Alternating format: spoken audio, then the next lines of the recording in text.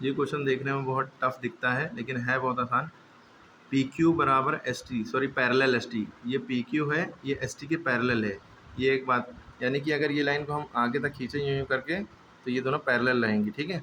और P Q R बराबर 110 है, यानी पी क्यू आर बराबर ये 110 दिया है। आर एस टी बराबर 130 दिया है, आर एस टी बराबर 130 दिया है। क्यू आर एस निकालना है। क्या निकालना है? क्यू आर एस, यानी जो बीच में आ रहा है ये आर की वैल्यू निकालनी है, ठीक है।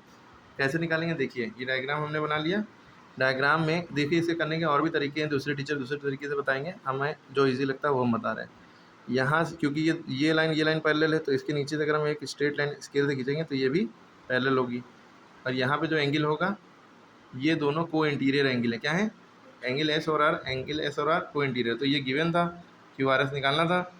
तो हमने ऐसा करने के बाद यहाँ पे लिखेंगे कि हम इसका सॉल्यूशन यहाँ पे कर दे रहे हैं, नीचे नहीं कर रहे। एंगल एस बराबर angle S plus angle R, पहले हम लिखेंगे angle S and angle R, R को इंटीरियर यानी एक ही तरफ है और अंदर हैं।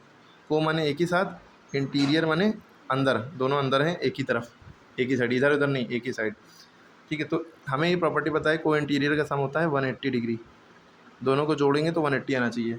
तो इसको हमने मान लिया एक्स मान लिया, सपोज करो, ठीक है। एस की, या आप ना भी मानो तो कोई दिक्कत नहीं है, मान लो तो अच्छी बात है। इधर एक्स मान लिया, आर की जगह एक्स रख दिया, एस की वैल्यू हमें 130 दी है बराबर 180, ठीक है। एक्स की वैल्यू निकालनी है, यानी आर की, इधर वाले आर की वैल्यू निकालनी है, तो ये 130 उधर जाएगा, एक्स बराबर 180 माइनस 130, ये आ जाएगा 50, है ना। एक्स की वैल्यू 50 आ गई, ये देखिए आपको 50 बदल गया, एक्स की वैल्यू 50। अब यही चीज़ इधर भी कर लें, कर लिया। और ये भी, ये इसके पैरेलल है ना, तो जब ये इसके पैरेलल है तो ये इसके कोर इंटीरियर हो जाएगी। तो एंगल क्यू बराबर एंगल आर, तो यहाँ पे लिखेंगे angle Q and angle R, R को इंटीरियर, एक ही साइड है। तो जब को इंटीरियर होते हैं तो हमें उसकी प्रॉपर्टी पता है कि angle Q plus angle R का सम कितना होना चाहिए, जोड़ने पर कितना आना चाहिए, 180 आना चाहिए। तो ये इसकी एंगल क्यू की वैल्यू 110 है, एंगल आर को हमने मान लिया वाई इक्वल टू 180। तो वाई की वैल्यू कितनी आ जाएगी 180, वो 110 इधर जाएगा 110, वाई की वैल्यू कितनी आ गई 70, कितनी आ गई 70। तो इधर हमने 70 लिख लिया। अब ये हमारी स्ट्रेट लाइन बन गई और ये पूरा स्ट्रेट लाइन पे सारे एंगल के सम कितना होता है 180 डिग्री, है ना।